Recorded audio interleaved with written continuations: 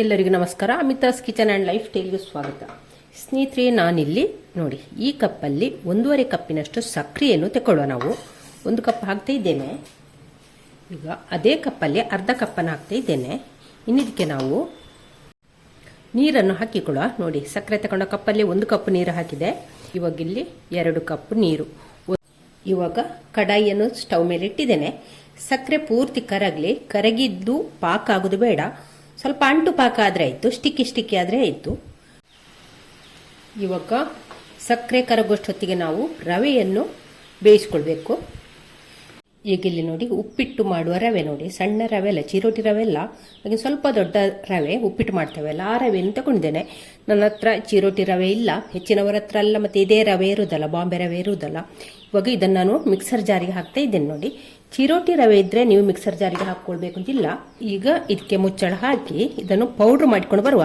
ನಯಾ powder ಬೇಡ, ಒಂದು 4 ಸುತ್ತು ತಂದ್ರೆ ಸಾಕು. ಇವಾಗ ನೋಡಿ ಹೀಗೆ ಒಂದು 4 ರೌಂಡ್ ತಂದಿದ್ದೇನೆ. ಹಾಗೆ ನೋಡಿ, ಇಷ್ಟಾದರೆ ಸಾಕು, ಜಾಸ್ತಿ ನಯಾ ಪೌಡ್ರ್ ಮಾಡಲಿಕ್ಕಿಲ್ಲ, ಎಲ್ಲ ಒಂದು ಸ್ವಲ್ಪ ಪೌಡ್ರ್ ಆದರೆ ಸಾಕು. ನೋಡಿ, ಇವಾಗ ತುಪ್ಪ ಕಾದಿದೆ. ಕಾದಂಥ ತುಪ್ಪಕ್ಕೆ ಈ ರವೆಯನ್ನು ಹಾಕಿಕೊಳ್ಳುವ. ಸ್ಟವನ್ನು ಕಡಿಮೆ ಉರಿಗೆ ಇಟ್ಟುಕೊಂಡು ಇದನ್ನೊಮ್ಮೆ ಫ್ರೈ ಮಾಡಿದರೆ ಆಯಿತು. ರವೆ ಒಂದು ಸ್ವಲ್ಪ ಫ್ರೈ ಆಗಬೇಕು, ಘಮ ಬರಬೇಕು, ಆ ರೀತಿ ನಾವು ಇದನ್ನೊಮ್ಮೆ ಫ್ರೈ ಮಾಡಿದರೆ ಆಯಿತು. ಇವಾಗ ನೋಡಿ, ರವೆ ಫ್ರೈ ಆಯಿತು. ನೋಡಿ, ಒಂದು ಸ್ವಲ್ಪ ಬಿಳಿ ಬಿಳಿಯಾಗಿದೆ. ಹಾಗೆ ರವೆ ಸಹ ಸ್ವಲ್ಪ ಅರಳಿದೆ. ನೋಡಿ, ರವೆ ಘಮ ಕೂಡ ಬರ್ತಾ ಉಂಟು. ಈ ಹೊತ್ತಿಗೆ ಈಗ ನೋಡ, ಹಾಲನ್ನು ರವೆ ತಗೊಂಡೆಲ್ಲ ಅದೇ ಕಪ್ಪಲ್ಲಿ 1 ಕಪ್ಪು ಹಾಲು ತಗೊಂಡಿದ್ದೇನೆ, ದಪ್ಪದ ಹಾಲು. ಈಗ 1 ಕಪ್ ಹಾಲು ಹಾಕಿ ಫಸ್ಟಿಗೊಮ್ಮೆ ಚೆನ್ನಾಗಿ ಮಿಕ್ಸ್ ಮಾಡುವ. ಹಸಿ ಹಾಲೇ ತಗೊಂಡದ್ದು, ಕಾಯಿಸಿದ ಹಾಲು. ಹಾಕಿ ಒಮ್ಮೆ ಚೆನ್ನಾಗಿ ಮಿಕ್ಸ್ ಮಾಡುವ.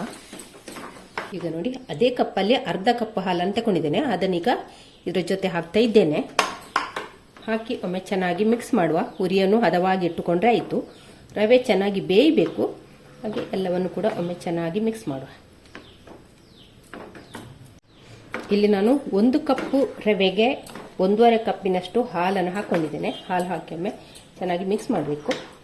ನೋಡಿ, ಇವಾಗ ಹಿಟ್ಟಿನ ಹದ ನೋಡಿ ಈ ರೀತಿ ಬಂದಿದೆ ಅಲ್ಲ, ಹೀಗೆ ಒಂದು ಉಂಡೆಗೆ ಬಂದಿದೆ ನೋಡಿ. ಇವಾಗ ನಾವು ಸ್ಟವ್ ಆಫ್ ಮಾಡಿಕೊಳ್ಳುವ.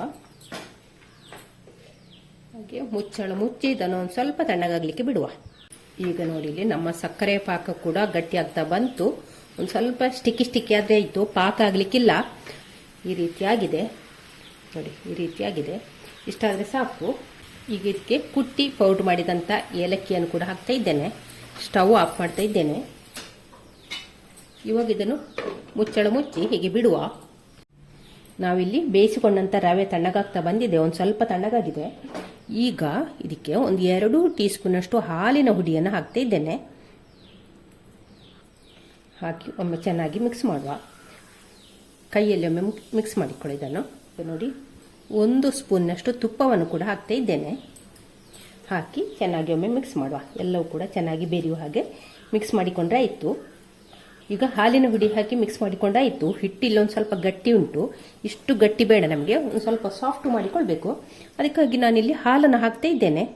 ಒಂದು 2 ಟೇಬಲ್ ಸ್ಪೂನಷ್ಟು ಹಾಲನ್ನು ಹಾಕಿಕೊಳ್ಳುವ. ಹಾಕಿ ಒಮ್ಮೆ ಚೆನ್ನಾಗಿ ಕಲಸಿಕೊಳ್ಳುವ. ಒಮ್ಮೆಗೆ ಜಾಸ್ತಿ ಹಾಲು ಹಾಕಿಕೊಂಡು ಕಲಸೋದು ಬೇಡ. ಹಾಕಿ ಒಮ್ಮೆ ಚೆನ್ನಾಗಿ ಹಾಲೆಲ್ಲ ಮಿಕ್ಸ್ ಆಗಲಿ. ಹಾಗೆ ಹಿಟ್ಟನ್ನು ಕೂಡ ಸಾಫ್ಟ್ ಮಾಡಿಕೊಳ್ಳುವ. ಈಗ ಇಲ್ಲೊಂದು ಚಿಟಿಕೆ ಉಪ್ಪನ್ನು ಕೂಡ ಹಾಕ್ತಿದ್ದೇನೆ. ಉಪ್ಪು ಹಾಕಿದ್ರೆ ಉಂಟಲ್ಲ, ಸ್ವೀಟಿಗೆ ಉಪ್ಪು ಹಾಕಿದ್ರೆ ಉಂಟಲ್ಲ, ಟೇಸ್ಟ್ ಬ್ಯಾಲೆನ್ಸ್ ಆಗ್ತದೆ. ಹಾಗೆ ಒಂದು ಸ್ವಲ್ಪ ಉಪ್ಪನ್ನು ಕೂಡ ಹಾಕಿದ್ದೇನೆ. ಹಾಕಿ ಒಮ್ಮೆ ಚೆನ್ನಾಗಿ ಮಿಕ್ಸ್ ಮಾಡುವ. ರವೆ ಬೇಯುವಾಗಲೇ ಉಪ್ಪು ಹಾಕಿಕೊಳ್ಬೋದು. ಹಾಕಿ ಇವಾಗ ಚೆನ್ನಾಗಿ ಇದನ್ನೊಮ್ಮೆ ನಾದಿಕೊಳ್ಬೇಕು. ಹಿಟ್ಟು ಸಾಫ್ಟ್ ಆಗಬೇಕು. ನಮಗೆ ಹಿಟ್ಟು ಒಂದು ಸ್ವಲ್ಪ ಬೆಣ್ಣೆ ರೀತಿ ಸಾಫ್ಟ್ ಆಗಬೇಕು. ಹಿಟ್ಟು ಮುಟ್ಟುವಾಗ ಉಂಟಲ್ಲ, ಒಂಥರ ಬೆಣ್ಣೆ ಹಾಗೆ ಆಗಬೇಕು. ಆ ರೀತಿ ಒಮ್ಮೆ ಚೆನ್ನಾಗಿ ನಾದಿಕೊಳ್ಳುವ. ಸ್ಪೂನಷ್ಟು ಹಾಲನ್ನು ಹಾಕಿಕೊಳ್ಳುವ. ದಪ್ಪದ ಹಾಲನ್ನೇ ಹಾಕಿಕೊಳ್ಳಿ. ಹಾಕಿ ಒಮ್ಮೆ ಚೆನ್ನಾಗಿ ಮಿಕ್ಸ್ ಮಾಡುವ. ಇವಾಗ ನೋಡಿ, ಹಿಟ್ಟನ್ನು ಇಲ್ಲಿ ಕಲಸಿಕೊಂಡಾಯ್ತು. ಹಿಟ್ಟು ಸಾಫ್ಟ್ ಆಗಿದೆ. ನಾವು ಪ್ಯಾಕೆಟ್ ತಂದು ಹಿಟ್ಟನ್ನು ಕಲಿಸ್ತೇವಲ್ಲ ನೋಡಿ, ಆ ರೀತಿಯಾಗಿದೆ. ನಾನು 1 ಕಪ್ ರವೆಗೆ 1.5 ಕಪ್ಪಿನಷ್ಟು ಹಾಲು ಹಾಕಿ ಬೇಯಿಸಿಕೊಂಡಿದ್ದೇನೆ. ಆನಂತರ ಇದಕ್ಕೆ ಪುನಃ 1/4 ಕಪ್ಪಿನಷ್ಟು ಹಾಲು ಹಾಕಿ ಕಲಸಿಕೊಂಡು ಹೀಗೆ ಸಾಫ್ಟ್ ಆಗಿ ಮಾಡಿಕೊಂಡಿದ್ದೇನೆ. ಇನ್ನು ಇದರಿಂದ ನಾವು ನೋಡಿ ಹಿಟ್ಟನ್ನು ಚೆನ್ನಾಗಿ ಕಲಸಿಕೊಂಡ ನಂತರ ಇವಾಗ ಇದರ ಸೈಡಿಗೆ ಒಂದು ಸ್ವಲ್ಪ ತುಪ್ಪವನ್ನು ಹಾಕಿಕೊಳ್ಳುವ. ನಮಗಿಲ್ಲಿ ಹಾಗೆ ಚಿಕ್ಕ ಚಿಕ್ಕ ಉಂಡೆಯನ್ನಾಗಿ ಮಾಡಿಕೊಳ್ಳುವ. ನೋಡಿ ಇಲ್ಲಿ ಉಂಡೆ ಮಾಡೋದು ಉಂಟಲ್ಲ, ಅದಾಗಿ ಒಳ್ಳೆ ಶಕ್ತಿ ಹಾಕಿ ಒತ್ತಲಿಕ್ಕೆ ಕೂಡ ಇಲ್ಲ, ಹೀಗೆ ಎಲ್ಲಿ ಕ್ರ್ಯಾಕ್ ಕೂಡ ಇರಬಾರ್ದು, ಹೀಗೆ ನಯ ಆಗಬೇಕು. ಅದನಂತರ ಇದನ್ನು ಒಂದು ಸ್ವಲ್ಪ ಚಪ್ಪಾಟೆ ಮಾಡಿಕೊಳ್ಳುವ. ನೋಡಿ ಈ ರೀತಿ ಮಾಡಿಕೊಂಡ್ರೆ ಆಯ್ತು. ನೋಡಿ ಎಲ್ಲವನ್ನು ಕೂಡ ಹೀಗೆ ಮಾಡಿಕೊಂಡ್ರೆ ಆಯ್ತು. ನೋಡಿ ಇಲ್ಲೊಂದು ಸ್ವಲ್ಪ ಮಿಡ್ಲಲ್ಲಿ ಒಂದು ಸ್ವಲ್ಪ ಹೀಗೆ ಒತ್ತಿ ಗುಂಡಿ ಮಾಡಿಕೊಳ್ಳುವ. ಒಂದು ಸ್ವಲ್ಪ ಹೀಗೆ ಮಾಡಿಕೊಂಡ್ರೆ ಆಯಿತು. ಎಲ್ಲವನ್ನು ಕೂಡ ಹೀಗೆ ಮಾಡಿ ಇಟ್ಟುಕೊಳ್ಳುವ.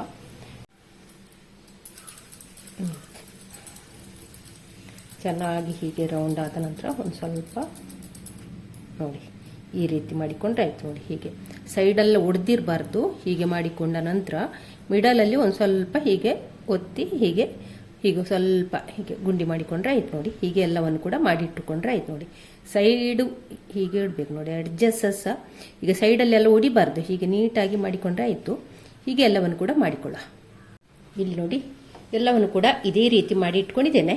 ಇನ್ನಿದ್ದನ್ನು ನಾವು ಇಲ್ಲಿ ನೋಡಿ ತವಕ್ಕೆ ಎಣ್ಣೆ ಹಾಕಿ ಸ್ಟವ್ ಮೇಲೆ ಇಟ್ಟಿದ್ದೇನೆ. ಎಣ್ಣೆ ಚೆನ್ನಾಗಿ ಬಿಸಿ ಆಗಲಿ.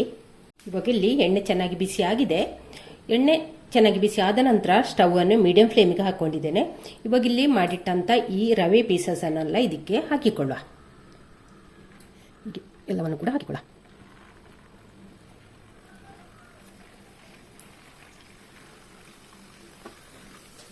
ಹಾಕಿ ಉರಿಯನ್ನು ಹದವಾಗಿ ಇಟ್ಕೊಂಡಿದ್ದೇನೆ. ಈಗ ಒಂದು ಸೈಡು ಫ್ರೈ ಆದ ನಂತರ ಇದನ್ನೆಲ್ಲೊಮ್ಮೆ ಮಗುಚಿ ಹಾಕಿಕೊಳ್ಳುವ. ಹದವಾದ ಉರಿಯಲ್ಲಿ ಬೇಯಿಸ್ಕೊಂಡ್ರೆ ಆಯಿತು.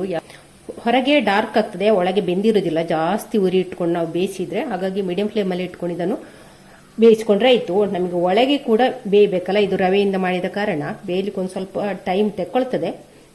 ಇವಾಗ ನಾವು ಇದನ್ನು ಎರಡು ಸೈಡು ಕೂಡ ಮಗುಚಿ ಹಾಕಿಕೊಂಡು ಫ್ರೈ ಮಾಡಿದ್ರೆ ಆಯಿತು.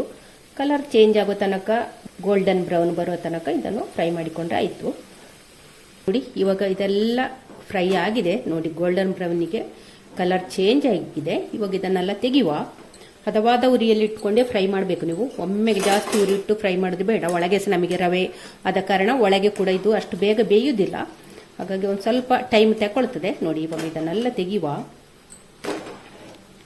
ಬಿಸಿ ಬಿಸಿ ರವೆ ಪೀಸಸ್ ಅನ್ನೆಲ್ಲ ನಮ್ಮ ತಣ್ಣಗಾಗಿರುವಂಥ ಸಕ್ಕರೆ ಪಾಕಕ್ಕೆ ಹಾಕುವ.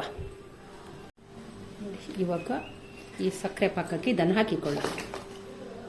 ಹಾಕಿ ನೋಡಿ ಇವಾಗ ನಮ್ಮ ಜಾಮೂನ್ ನೋಡಿ ಈ ಸಕ್ಕರೆ ಪಾಕದಲ್ಲಿ ಚೆನ್ನಾಗಿ ನೆನಿಬೇಕು. ಇದೊಂದು 6 ರಿಂದ 8 ಗಂಟೆ ಆದರೂ ಹಿಡಿತದೆ ಇದಕ್ಕೆ ಸಕ್ಕರೆ ಪಾಕ ಚೆನ್ನಾಗಿ ಇಳ್ಕೊಳ್ಬೇಕು ಅಂತ ಹೇಳಿದರೆ. ಇವಾಗ ನೋಡಿ ಎಲ್ಲವನ್ನು ಕೂಡ ಸಕ್ಕರೆ ಪಾಕದಲ್ಲಿ ಒಮ್ಮೆ ಚೆನ್ನಾಗಿ ಮಿಕ್ಸ್ ಮಾಡುವ. ಸಕ್ಕರೆ ಪಾಕ ಚೆನ್ನಾಗಿ ಇದಕ್ಕೆ ಕೋಟಿಂಗ್ ಆಗಬೇಕು. ಹಾಗೆ ನೋಡಿ ಎಲ್ಲವನ್ನು ಕೂಡ ಸಕ್ಕರೆ ಪಾಕದಲ್ಲಿ ಹೀಗೆ ಮುಳುಗಿಸುವ. ಇವಾಗ ಇದನ್ನು ಮುಚ್ಚಳ ಮುಚ್ಚಿ ಒಂದು 8 ಗಂಟೆ ಹೀಗೆ ಬಿಡುವ. ಅಂದರೆ ಸಕ್ಕರೆ ಪಾಕ ಚೆನ್ನಾಗಿದು ರವೆ ಪೀಸಸ್ ಎಲ್ಲ ಹೀರಿಕೊಳ್ಬೇಕು. ಆವಾಗ ನಮ್ಮ ಜಾಮೂನು ರೆಡಿ ಆಗ್ತದೆ. ಇವಾಗ ನೋಡಿ ನಮ್ಮ ರವೆಯ ಜಾಮೂನನ್ನು ಸಕ್ಕರೆ ಪಾಕದಲ್ಲಿ ಹಾಕಿ ಒಂದು 2 ಗಂಟೆ ಆಗಿದೆ. ಇನ್ನೂ ಒಂದು 4 ಗಂಟೆ ಬೇಕು ಸಕ್ಕರೆ ಪಾಕದಲ್ಲಿ ಚೆನ್ನಾಗಿ ನೆನಿಬೇಕು. ಅಂದರೆ ಸ್ಪಾಂಜಿ ಜ್ಯೂಸಿ ಆಗಬೇಕು ಅಂತಿದ್ರೆ ಇನ್ನೂ ಒಂದು 4 ಗಂಟೆ ನಾವು ಈ ಸಕ್ಕರೆ ಪಾಕದಲ್ಲೇ ಬಿಡಬೇಕು. ನಾನು ಇದನ್ನೀಗ ಸರ್ವ್ ಮಾಡಿ ತೋರಿಸ್ತೇನೆ ನಿಮಗೆ. ಒಂದನ್ನು ಕಟ್ ಮಾಡಿ ತೋರಿಸ್ತಾ ಇದ್ದೇನೆ. ನೋಡಿ ಸ್ನೇಹಿತರೆ ನೋಡಿ ರವೆಯಿಂದ ಮಾಡಿರುವಂಥ ಒಂದು ಜಾಮೂನ್ ಅಂತಲೇ ಹೇಳ್ಬೋದು. ಇದು ಜಾಮೂನ್ನ ಟೇಸ್ಟನ್ನೇ ಹೋಲ್ತದೆ, ಅಷ್ಟು ಚೆನ್ನಾಗಿ ಬಂದಿದೆ, ಅಷ್ಟೇ ಅದ್ಭುತವಾಗಿ ಕೂಡ ಬಂದಿದೆ. ನಾನಿಲ್ಲಿ ಒಂದನ್ನು ಕಟ್ ಮಾಡಿದ್ದೇನೆ. ಕಟ್ ಮಾಡಿದರೆ ಸಹ ನೋಡಿ ಎಷ್ಟು ಜ್ಯೂಸಿ ಆಗಿದೆ. ಅಂದರೆ ಇವಾಗಲೇ ಇದು ಚೆನ್ನಾಗಿ ಸಕ್ಕರೆ ಪಾಕವನ್ನು ಹೀರಿಕೊಂಡಿದೆ. ನೋಡಿ ಚೆನ್ನಾಗಿ ಸಾಫ್ಟ್ ಆಗಿದೆ. ನೋಡಿ ಹೀಗೆ ಮುಟ್ಟುವಾಗಲೇ ಸಾಫ್ಟ್ ಆಗಿದೆ. ಇದೊಂದು 2 ಗಂಟೆ ಬಿಟ್ಟರೆ ಉಂಟಲ್ಲ, ಬಾಯಲ್ಲಿಟ್ಟರೆ ಹಾಗೆ ತನ್ನಿಂತಾನೇ ಕರಗಿ ಹೋಗ್ತದೆ. ಅಷ್ಟು ಒಂದು ರುಚಿಕರವಾದ ಒಂದು ರೆಸಿಪಿ, ಸ್ವೀಟ್ ರೆಸಿಪಿ. ಜಾಮ್ನ ಟೇಸ್ಟನ್ನು ಹೋಲ್ತದೆ. ನೀವು ಕೂಡ ಒಂದ್ಸಲಿ ಮಾಡ್ತೀರಲ್ಲ, ಮಾಡಲೇಬೇಕು. ಹಾಗೆ ಈ ರೆಸಿಪಿ ಇಷ್ಟ ಆದರೆ ಲೈಕ್, ಶೇರ್, ಕಮೆಂಟ್ ಮಾಡಿ. ಚಾನಲ್ಗೆ ಯಾರಾದರೂ ಹೊಸಬ್ರಿದ್ರೆ ಪ್ಲೀಸ್ ಸಬ್ಸ್ಕ್ರೈಬ್ ಮಾಡಿಕೊಂಡು ಚಾನಲನ್ನು ನೋಡಿ. ನಾಳೆ ಹೊಸ ಬ್ಲಾಗ್ ಅಥವಾ ರೆಸಿಪಿ ಬಂದು ಸಿಗೋಣ. ಅಲ್ಲಿಯವರೆಗೆ take care, bye bye. Thank you ಸ್ನೇಹಿತರೆ. ಕುಂತಿದ್ರೆ ಉಂಟಲ್ಲ, ಇದನ್ನು 2 ಭಾಗ ಮಾಡಿ ಸಕ್ಕರೆ ಪಾಕದಲ್ಲಿ ಬಿಡ್ಬೋದು.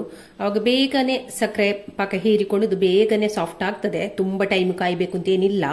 ಇಡೀ ಬಿಟ್ಟರೆ ಮಾತ್ರ ನಮಗೆ ಒಂದು 8 ಗಂಟೆ ಆದರೂ ಬೇಕು ಇದು ಹೀರಿಕೊಳ್ಳಿಕ್ಕೆ. ಹೀಗೆ ಕಟ್ ಮಾಡಿದ್ರೆ ಉಂಟಲ್ಲ, ಒಂದು 2 ಗಂಟೆಯಲ್ಲಿ ಚೆನ್ನಾಗಿ ಸಾಫ್ಟ್ ಆಗ್ತದೆ. ಹೀಗೆ ಕಟ್ ಮಾಡಿ ಇಡುವ. ಒಂದು 2 ಗಂಟೆಯಲ್ಲಿ ಇದು ಸಾಫ್ಟ್ ಆಗ್ತದೆ ನೋಡಿ.